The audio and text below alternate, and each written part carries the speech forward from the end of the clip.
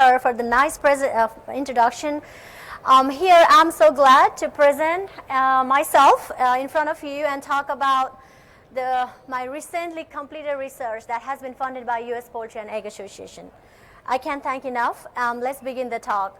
My presentation covers basically these titles, where I'll be talking a little bit about what is Protease, what is there in laying hen research. I will support that at the end by the previous research that we have, that some published research, but there are not a lot.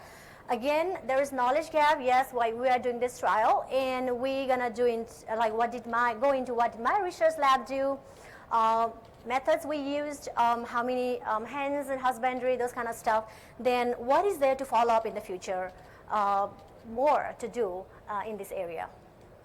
Again, we know that the feed cost in the egg laying industry, or even in any feeding industry, account for about 75% of the total production cost. And when you talk about these 75% cost, there is a majority occupancy by energy and protein. So that is still, these are two important things that's very important for poultry feeding. For this reason, studies have been developed seeking an alternatives to minimize the high cost of the feed. And again, there are some issues I want to talk about in laying hen industry while we feed high protein. What happens when we feed high protein? Again, just to make a note, about 12 to 15% of the protein goes undigested in the layer diets. What happens with that undigested protein is it elevates ammonia levels. And of course, we know about we want to save our environment, something we can connect that, that will be harmful for our environment. Again, in the poultry house, what does that mean? It adds the additional cost, more cost on the ventilation. When CP is higher, then there are some gut health issues that we have been seeing in the broiler, especially necrotic enteritis, and that's a kind of huge topic in this current world. So I'm not going that far off the disease, but still there's something to think of. One of the methods we can think from a nutritional perspective is what we can do to utilize this crude protein better and get more digestion. And there's an enzyme called Protease, and it has been used in the past as a very multi-component, not as a single component. And I guess this is a main reason of doing this research is the Protease was a sole single component used in the feed, and we are planning to see some benefits of that. What happens if not blended with anything else? Some of these advantages of this Protease enzyme is it allows the formulation of diets with lower crude protein levels. There we save some protein being added more in the feed, so we save some cost. Improves the digestibility of less digestible feed protein. If we have a poor quality source of protein, it is also supposed to degrade that quality and get more digestion absorption in the gut. Degrades the grain storage proteins and liberate higher levels of amino acid and energy. Again, that goes into my second point, back to back. Again, ammonia excretion and then nitrogen excretion. It's about the environmental sustainability we're thinking about, and it leads to the higher sustainable poultry production. Some of these I got it from the previous literature, and these are supposed to be benefits of Protease enzyme. Now, this is still a knowledge gap. There's very limited research in the effect of the Protease used as a single component in layers. There has been limited research on the amino acid digestibility going when you talk about these major amino acids and what's happening, especially at the gut level, at the digestion level by feeding this Protease. And there's insufficient data since actually NRC 1994. Again, these kind of amino acid digestibility trials can provide more information on the effectiveness of Protease. We have done one of these as our data collection point, and then it also helps to get amino acid matrix once you use them. So we conducted the study. It was divided into each phase. Study 1, 30 to 50 weeks of old hen age, and then study 2, 50 to 70 weeks. This is a hen and husbandry. I want to talk a little bit. We raised these hens at day 0 at Mississippi State University Pullet House. Then they were transferred to the cage house when they were 16 weeks old. That's a little bit of history of the bird. We know where our birds were coming from. We had our vaccination profile, everything taken care of. Study was conducted from 30 weeks to all the way to 70 weeks in cage.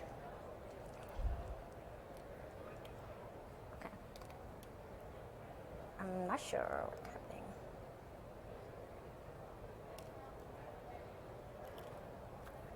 Sorry about that. So this is a setup of the study that where we use this customized feeder. Because we had to do feed way back and calculate the feed intake every week. So that was very possible in a conventional type of A-frame, this kind of model that we use, and it's very easy for us to kind of weigh back our feed. Again, in another picture you can see a lot of buckets there because we had a pre-weighed amount of feed, and we always had a calculation what's going for those birds as a feed. These hens were housed in conventional type A-frame where we could house about 2 to 4 birds per cage, and they all made the industry standard per bird as a stocking density. We use 672 highline, and I'll show you how these birds are divided into different treatments in my next slide. So we presented 2 abstracts out of this study in different meetings. It was last year IPSF 2021. The first phase, 30 to 50 week, and it was titled Effects of Varying Protein and Amino Acid Level of Diets with or without Protease on 30 to 50 week layered performance and egg production parameters. And thankful to these authors. Study 2 was again presented as an abstract in the Poultry Science annual meeting last year as a virtual. And again, that was the second phase, 50 to 70, where we're measuring the similar parameters in those. So this is the design. We had a 3x4 factorial arrangement. The study was RCBD, randomized complete block design. Here you can see we had this crude protein or amino acid. When I say slash, we were formulating our diet. If we have 100% crude protein meeting that breed recommend at that age, then we had that amino acid looking from the same chart. That's where we reduce our breeder guide from 100% and win that 85% being lowest. Then again, you see with or without protease, yes or no. So for each of these levels, they were getting or not getting the protease. Again, methionine, threonine, tryptophan, valine, and isoleucine were adjusted to lysine ratio. It was ideal protein concept ratio formulation. Also, we reduced the CP accordingly. That means if you have 100%, let's say your CP is 16%, then the 16% in our first diet, then you go by that 95% reduction and like this, similar to the amino acid reduction. But we maintain our metabolizable energy concentration similar among all the treatments. These feed were fed according to the breeder guide or layer guide, Highline 2020. So we had 3 phases being able to capture in these 30 to 70 weeks, layer 1 feed, layer 2 feed, and layer 3, and that just correspond to the guide. Now, when you look into this as an example of layer 1 diet, as you can see, we don't have much anything else than corn and soybean meal. We have a little bit of DGGS here to play around, but again, our major ingredients were corn and soybean meal. And the thing I have highlighted here in a box in a maroon color is this synthetic amino acid that I had to add, DL-methionine, L-lysine, valine, and threonine. And again, in another table, you can see there's the calculated values of this feed. Now again, layer 2 feed, again, it's pretty interesting. We did not have to add valine. We had to increase the DGGS a little bit. Maybe that was the reason that valine was covered by that. But we still had to add methionine, lysine, and threonine. You have calculated values on the other table. Again, layer 3 diet, valine came back, not in the 100% and 95%, but then when you look into the 90 and 85, had to add a little bit of valine, and the rest of them were similar. A side note, in all of these diets, we did not increase or decrease the protease inclusion. It was added at 0.25 pound per ton, and that was an expense of corn, and it was added on top. So let's go into the result, and I want to just show you, some of these results are significant, and some of these are still there, even though they are numerical higher. I want to show you what is there. We had a lot of data collected, but again, they did not have a very significant effect, so I'm not presenting all of them. So here in the chart, this is the interaction graph I want to show you for hen egg production, and this is a study 1, week 30 to 50. You can see that, x-axis, you have a decreasing level of amino acid / crude protein, 100 to 85. This graph clearly shows you that there is a decrease in the production at 85%. That is a very prominent in this graph. Now again, when you look into the 100, 95, 90, even with or without Protease, there was no difference. Now what I can think of here is even 95% and 90, we're doing okay. You know, we didn't have to go for that high level of crude protein. It just shows they were just doing okay. But then again, we did not see any effect of Protease directly here. But there was something going on in the amino acid level.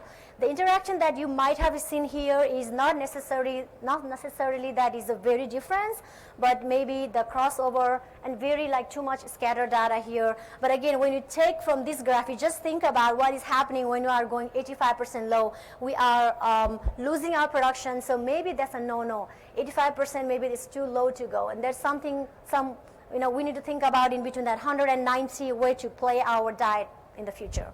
Just kind of take home message here.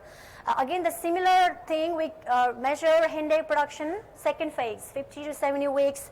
Again, of course, the production was low here, as you can see overall, it's just in the range of 65 to 75% only. But again, when you look into this, even your 90% and 85% were similar. And we were having a little bit of better production at 95%, which means it was not difference to 100%. But again, the overall production of the flock was low.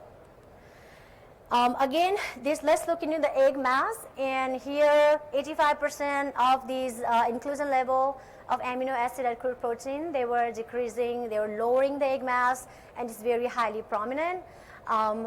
Similar thing here, but I would say a little bit different graph in a sense that your 100% were significantly higher egg mass, had significantly higher egg mass compared to your 85% and 90%. That would be the difference I could tell from this. But again, did not give much information about the Protease addition.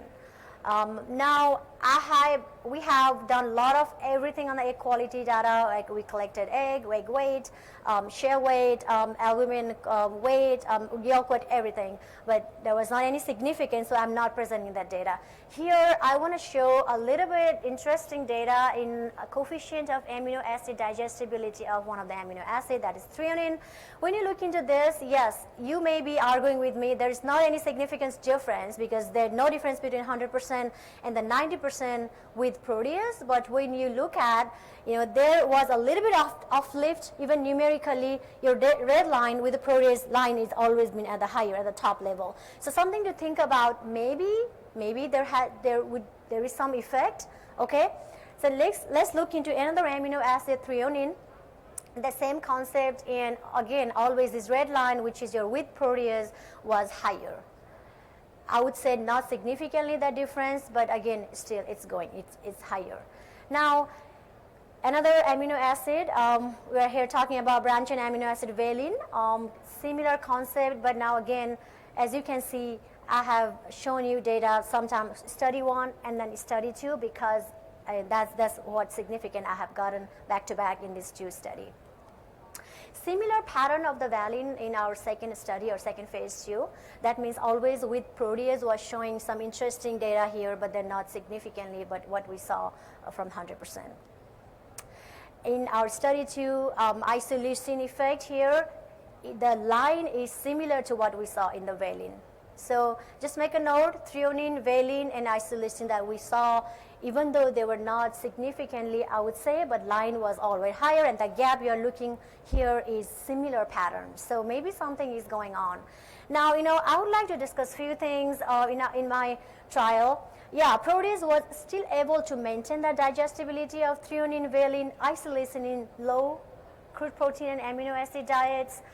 However, we did not see the main effect of Protease on egg production, and I looked in this too, similar to the previous literature where they did not see any effect. But a side note, this in both of their study, Protease was used as a cocktail, as a blend with the phytase and xylanase and not just a Protease. Second, there was no main effect of Protease on egg quality. We measured again the percentage composition of albumin, total solids for albumin and yolk and high unit. Again, this is similar to Barbosa et al. And this study used the combination, not the single or a mono component of Protease. We did not see any effect of protease in feed intake and feed conversion ratio either, and that was again similar to that previous study I showed. Now, I could not compare any digestibility values of methionine, lysine, and tryptophan with any previous literature because it was very lacking, as I already said in my previous introduction. Again, we did not see any effect of the protease on the profits at the end of the both phase. When I say end of the phase, we measured 2-time economic analysis we did at the 50 weeks and the 70 weeks. Now, it would be clear that we did not see these parameters being affected, so maybe we could not save any cost there. Again, main effect of amino acid was observed, and again, you remember that slide I showed you, the production graph was very down, egg production was low with 85%, so that was a very poor production and poor FCR again with that diet. And egg weight lower as the amino acid decreased, which I'm not surprised because previously, there had been a lot of researchers with methionine try to increase the egg size or egg weight, and now we are reducing that bunch of amino acid there, and we have, there's a lower of the egg weight. So this is a very usual, I would say. But again, I can tell you something from the study. The best diet that we could still use would be the middle two, 95% and 90% of CP and amino acid, compared to what is in the Highland Guide right now. And with protease, we can still use it, but the lower inclusion and still maintaining the production and could be cost effective. Now, maybe for the different kind of diet portfolio, I'm going to discuss about what I mean by that and support by the literature in my next slide. Again, the beneficial effect of protease is reduced when there is a phytase or NSPS in the diet. Now, I told you there was only one component as a single purified protease, but as we know, in our commercial layering hen diet, we use phytase in the US, so our diet has had some phytase in all the diets. So maybe there might have been some interaction, so we have to dig into that more. Some of these literature that I want to show at the end of my presentation is look into how different breed was used in this study. They used Isa brown hen, 44 weeks, which is as a peaking age. The ingredient here was corn, soybean meal, meat and bone meal, and wheat bran. And again, their calculated CP was about 15% to start with, and protease was used at 500 gram per ton. This was done in laying hen. That's what I found from a Brazilian study. Again, they did not see any effect on the eggshell parameters or any egg quality parameters in this study. I just want to show you this. And then I have one more to show. Highland W36, the same breed here, 28 weeks early. It was 12-week study, not a long study. Their diet was corn, soybean meal, meat and bone meal, soy hull meal. Then their calculated CP is in that range, that 18% low and that range, below 19%. Then they had two different types of protease here, Bacillus licheniformis. Just a note here, that was the protease we used. Bacillus licheniformis was the source of our protease, but then they also had another protease, and both were monocomponent. They were comparing two protease in this study. Again, A and B protease, these are the only two papers I could find that I think maybe somewhat can support my study. So what I mean to say is there is still a conflicting result reported in laying hen, so we might need to do more. And before I go, I promise I have 2 more slides, and I'm going to show you this. This is a meta-analysis. They used 44 different protease types in swine and turkey and broiler, but they never had any research in laying hen. So they varied their protease inclusion rate from 150 to 20,000 milligram per kilogram. Again, there's a lack of research. One important thing that goes together with this slide, the last slide, if you see this chart, you can see here most of this red is like 100% digestible. That means when you have an ingredient, something like 100% digestible amino acid, there's no room for protease to act. So maybe in our diet, we had only corn and soybean meal to play around. We didn't have a poor quality meal, like a meat and bone meal, copra meal, cottonseed meal. So maybe we could support our study. This might have been. And there's always a future follow-up research to do. This is accomplishment from the project. 2 abstracts presented, 2 manuscripts under preparation. A student won an award in IPSF 2021, and I was able to train a master's student and 3 undergraduates under this project at different time points. Thank you so much, US Poultry and Egg, for funding source, and thank you, Dr. Kevin Robertson, for helping with the brainstorming these ideas. It was fun during the trial. He was with Michael Foods then, and now with CSN Nutrition and DSM Nutrition Solution of products to help me with all my analysis done. Thank you for your time.